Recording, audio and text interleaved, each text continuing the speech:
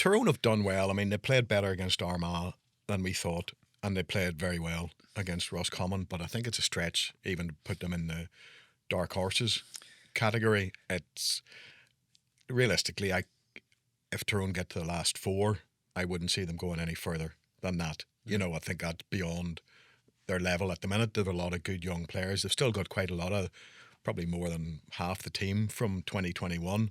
So there's a decent blend there of the classic experience and youth coming through. For me, they're almost exactly where they were this time last year, to the point of it being Mayo again. They came off the back of winning in Ballybofey, and everybody thought Tyrone are dark horses, Tyrone are this, Tyrone are that, and then they lost, were well beaten at home by Mayo. And that is, you're trying to think of the psychology of what the two teams are talking about this week, and there's no question that for Tyrone, like since they won the All-Ireland in 2021, that's 5 years ago, and they've check your watch. They've won.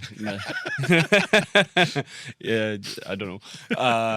That's 5 years ago, and in those 5 years they've won back-to-back championship matches twice. And of those, on both, one of the games was against Fermanagh, one was against Cavan in the back-to-back wins. So like the word is inconsistent. So what do we know about Tyrone? All we know for now is that they're still inconsistent, and that they're capable of what they did in Roscommon, and they're equally capable of what they produced against Mayo at this stage last year. So that, for Tyrone, you can imagine, that's a massive focus now for Tyrone over these 2 weeks, that they get another performance on the back of a good one.